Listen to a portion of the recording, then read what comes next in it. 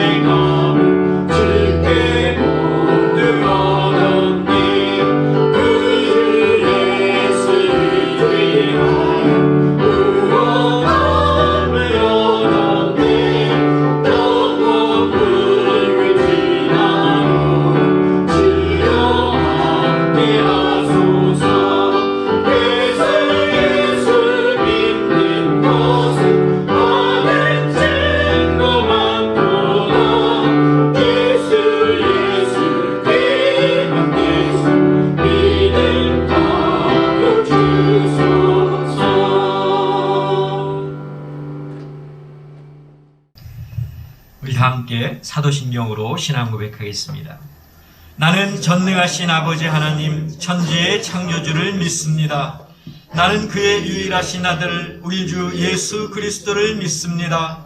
그는 성령으로 잉태되어 동정녀 마리아에게서 나시고 본디오 빌라도에게 고난을 받아 십자가에 못 박혀 죽으시고 장사된 지 사흘 만에 죽은 자 가운데서 다시 살아나셨으며 하늘에 오르시어 전능하신 아버지 하나님 우편에 앉아 계시다가 거기로부터 살아있는 자와 죽은 자를 심판하러 오십니다.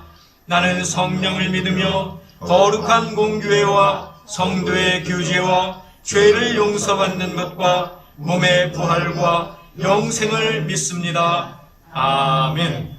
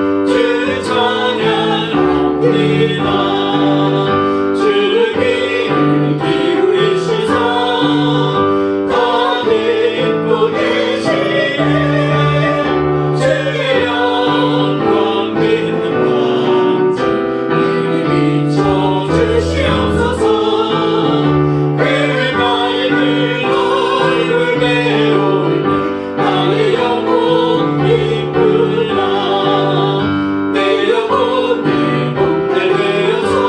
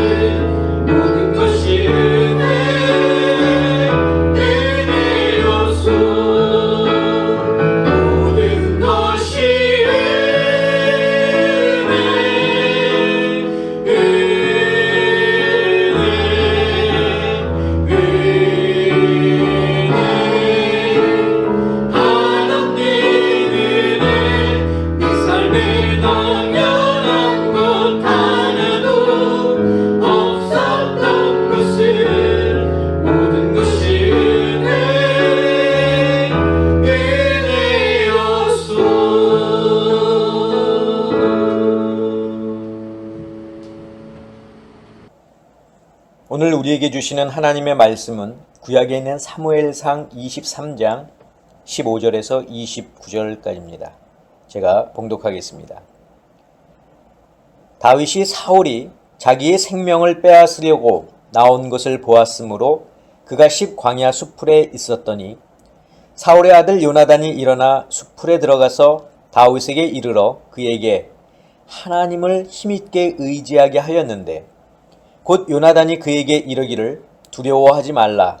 내 아버지 사울의 손이 내게 미치지 못할 것이요 너는 이스라엘 왕이 되고 나는 네 다음이 될 것을 내 아버지 사울도 안다 하니라. 두 사람이 여호와 앞에서 언약하고 다윗은 수풀에 머물고 요나단은 자기 집으로 돌아가니라. 그때에 10사람들이 기브아에 이르러 사울에게 나와 이르되 다윗이 우리와 함께 광야 남쪽 하길라산 숲을 요새에 숨지 아니하였나이까. 그러하온즉 왕은 내려오시기를 원하시는 대로 내려오소서. 그를 왕의 손에 넘길 것이 우리의 의무이다 하니 사울이 이르되 너희가 나를 긍휼히 여겼으니 여호와께 복받기를 원하노라. 어떤 사람이 내게 말하기를 그는 심히 지혜롭게 행동한다 하나니 너희는 가서 더 자세히 살펴서 그가 어디에 숨었으며 누가 거기서 그를 보았는지 알아보고 그가 숨어있는 모든 곳을 정탐하고 실상을 내게 보고하라. 내가 너희와 함께 가리니 그가 이 땅에 있으면 유다 몇 천 명 중에서라도 그를 찾아내리라 하더라. 그들이 일어나 사울보다 먼저 시부로 가니라. 다윗과 그의 사람들이 광야 남쪽 마온 광야 아라바에 있더니 사울과 그의 사람들이 찾으러 온 것을 어떤 사람이 다윗에게 아뢰매 이에 다윗이 바위로 내려가 마온 황무지에 있더니 사울이 듣고 마온 황무지로 다윗을 따라가서는 사울이 산 이쪽으로 가매 다윗과 그의 사람들은 산 저쪽으로 가며 다윗이 사울을 두려워하여 급히 피하려 하였으니 이는 사울과 그의 사람들이 다윗과 그의 사람들을 애워싸고 잡으려 함이었더라. 전령이 사울에게 와서 이르되 급히 오소서. 블레셋 사람들이 땅을 침노하나이다. 이에 사울이 다윗 뒤쪽 길을 그치고 돌아와 블레셋 사람들을 치러 갔으므로 그곳을 셀라 하마느곳이라 칭하니라. 다윗이 거기서 올라가서 엔게디 요새에 머무니라. 아멘. 기도하겠습니다. 사랑의 아버지 하나님 감사합니다. 오늘도 저희들을 부르셔서 주님 앞에 서게 하시고 오늘도 우리의 귀를 열어 말씀을 듣게 하시니 감사합니다. 주시는 말씀 감사함으로 받게 하시고 또 우리의 삶 속에서 즐거움으로 말씀에 순종하는 저희들 될 수 있도록 주님 허락하여 주시옵소서. 예수 그리스도의 이름으로 기도하옵나이다. 아멘.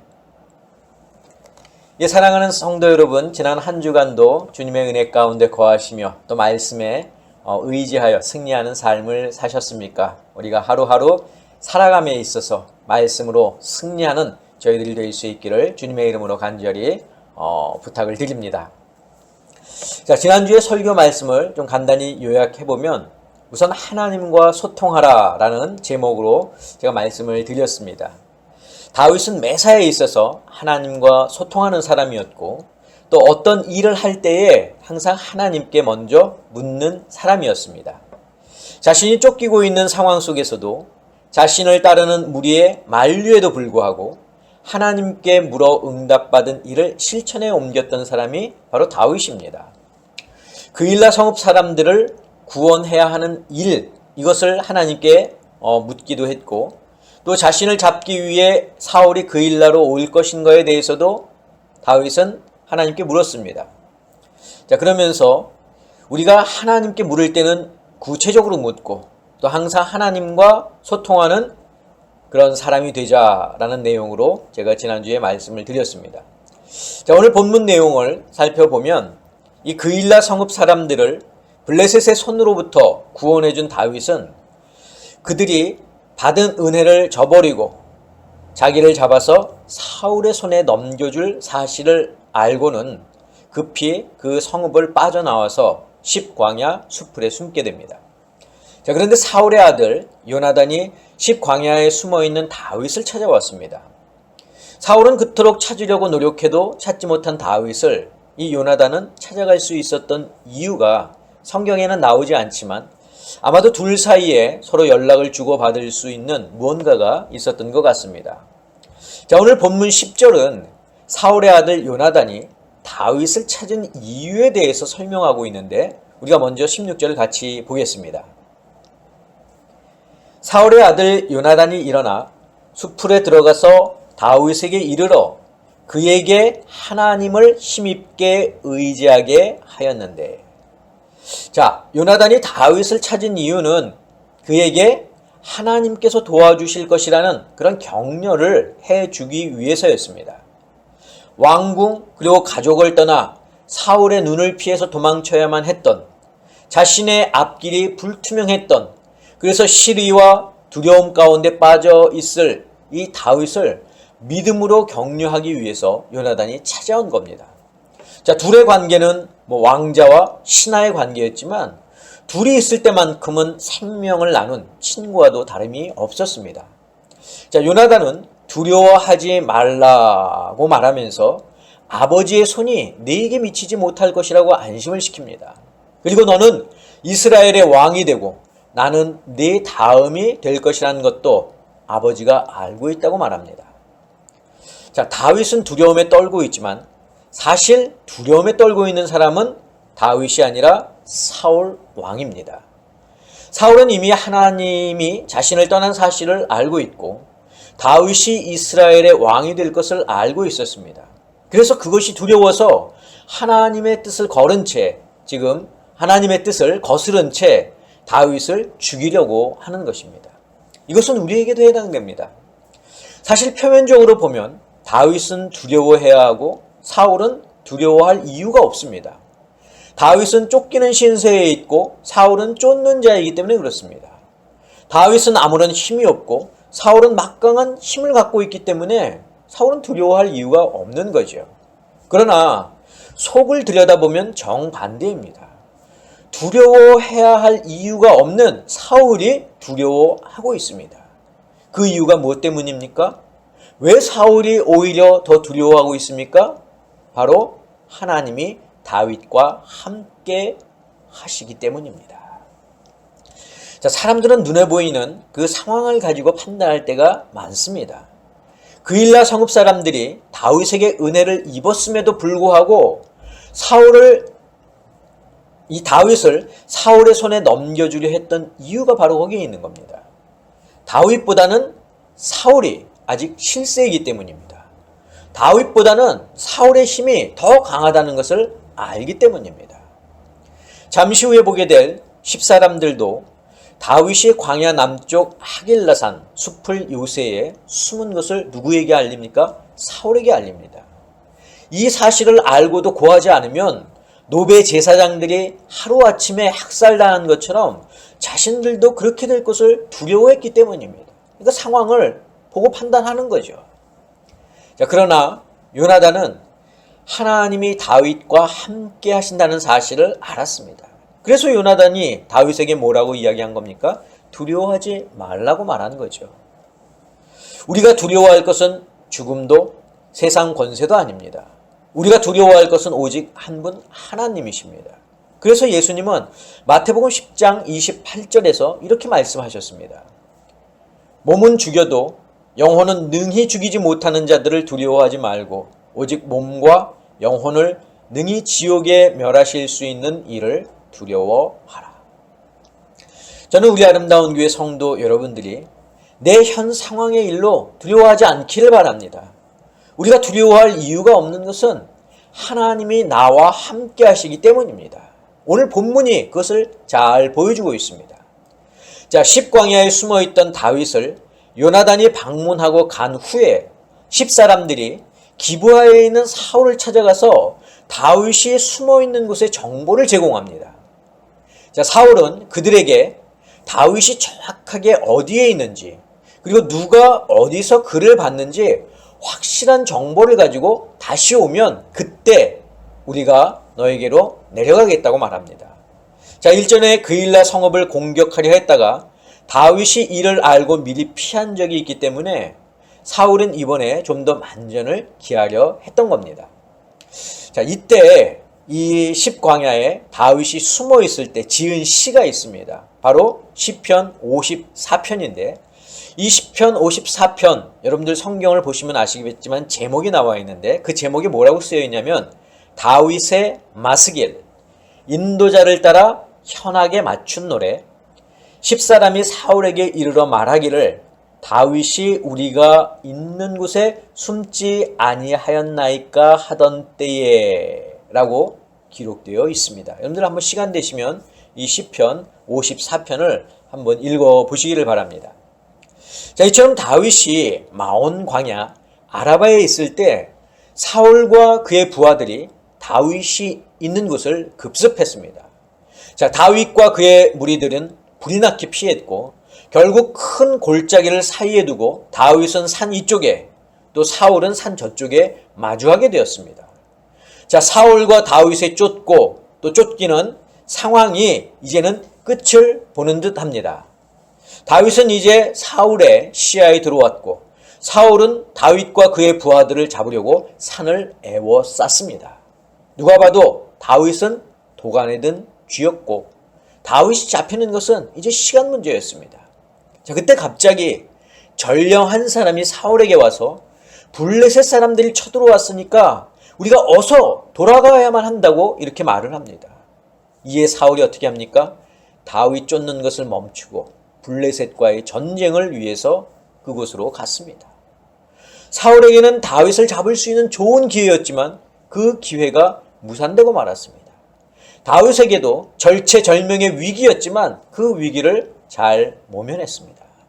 자, 여기서도 우리는 다윗을 도우시는 하나님의 손길을 느낄 수 있습니다. 세상 사람들은 이것을 보면서 어쩌다 보니까 일어난 우연이라고 말할 수 있겠지만 이 세상에 우연이라고 하는 것은 없다고 믿는 우리 성도들에게는 다윗에게 일어난 일이 하나님의 도우심이라고 믿습니다. 성경에서도 그렇게 말씀하고 있습니다. 우리가 지난주에 본문이었던 14절을 같이 함께 보겠습니다. 다윗이 광야의 요새에도 있었고 또 십광야 산골에도 머물렀으므로 사울이 매일 찾되 하나님이 그를 그의 손에 넘기지 아니하시니라. 여러분, 하나님은 다윗을 이스라엘의 왕으로 세우셨습니다. 그런 하나님께서 다윗을 사울의 손에 잡히게 두실 이유가 없습니다. 하나님은 다윗이 당신만을 절대적으로 의지하는 법을 배우게 하게 하기 위해서 그가 가까이 하며 의지하던 것을 다 멀리 하셨습니다. 그를 비우셨습니다. 그를 혼자가 되게 하셨습니다. 그렇다고 해서 다윗을 방치하거나 버리지는 않으셨습니다. 다윗이 두려워하며 혼자라고 생각하고 있을 때 하나님은 늘 다윗과 함께 하셨습니다. 하나님의 손길이 늘 그를 도우셨습니다. 마온 황무지에서 사울의 군대가 다윗을 에워싸고 있을 때에도 하나님은 다윗 편에 계셨습니다. 그리고 다윗이 정말로 아무것도 할 수 없을 상황이 되었을 때 하나님은 다윗이 피할 길을 마련해 주셨습니다.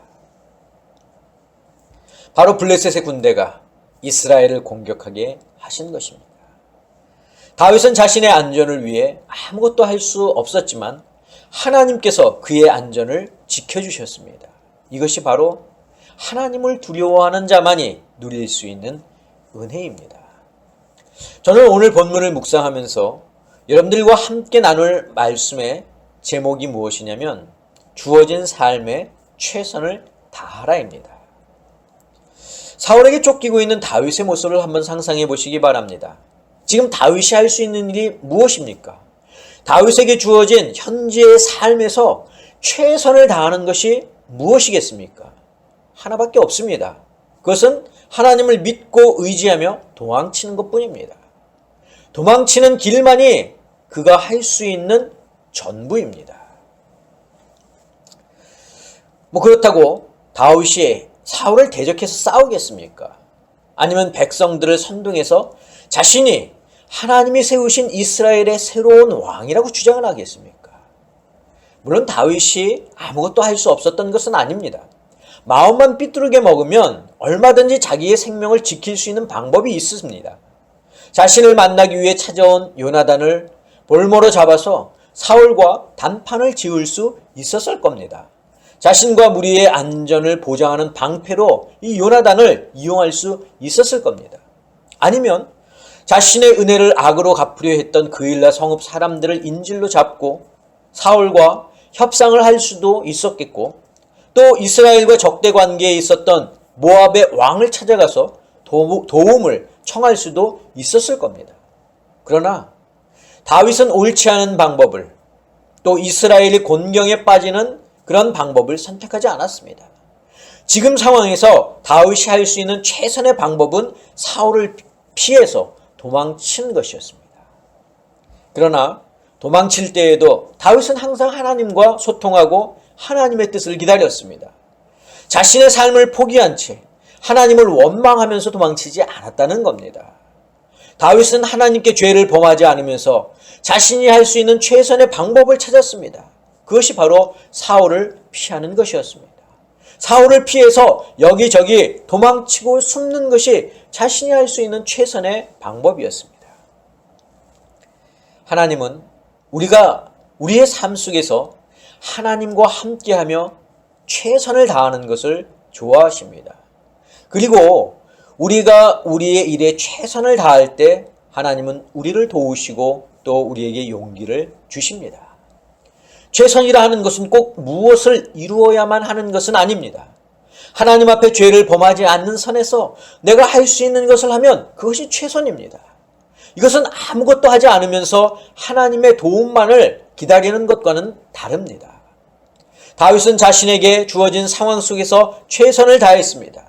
그럴 때 하나님은 요나단을 보내셔서 다윗에게 믿음과 용기를 주셨고, 다윗이 사울의 군대에 포위를 당했을 때에도 위기를 모면할 수 있는 길을 내어 주셨습니다.